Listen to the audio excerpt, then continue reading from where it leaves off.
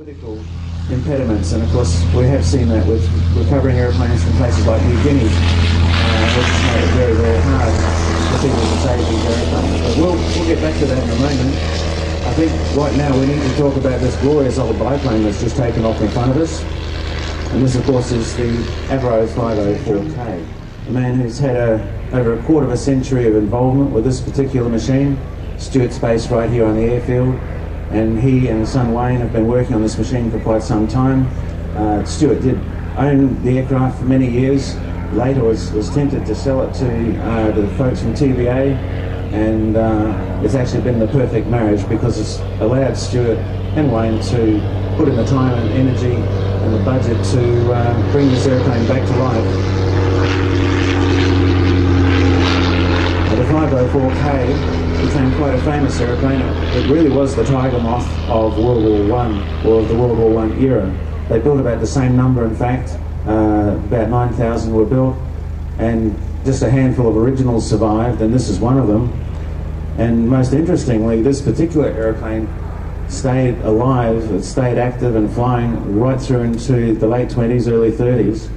And it must have been something of a novelty in New Zealand aviation, because just about everyone who flew during that period flew this airplane. The aircraft runs 110 horsepower Gnome Monosoupape rotary. There's a rotary engine, the whole engine is rotating around the crankshaft. So as you can hear, it's a very, very different kind of a sound. It's not a smooth flowing sound, it's a little bit interrupted, and that's part of the nature of rotary engines. And here comes Stuart back in the 504K.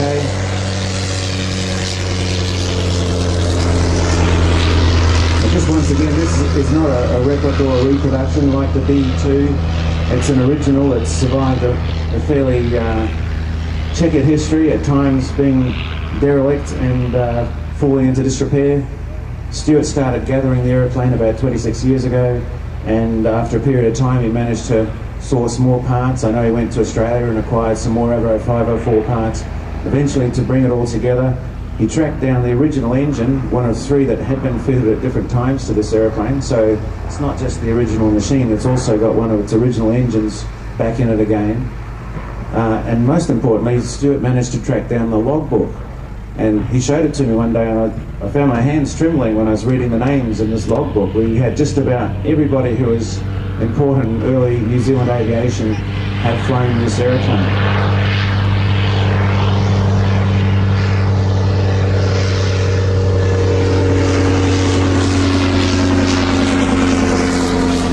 So some of these aeroplanes we'll be seeing here today, we really will be celebrating along with them their 100-year birthdays over the next few years.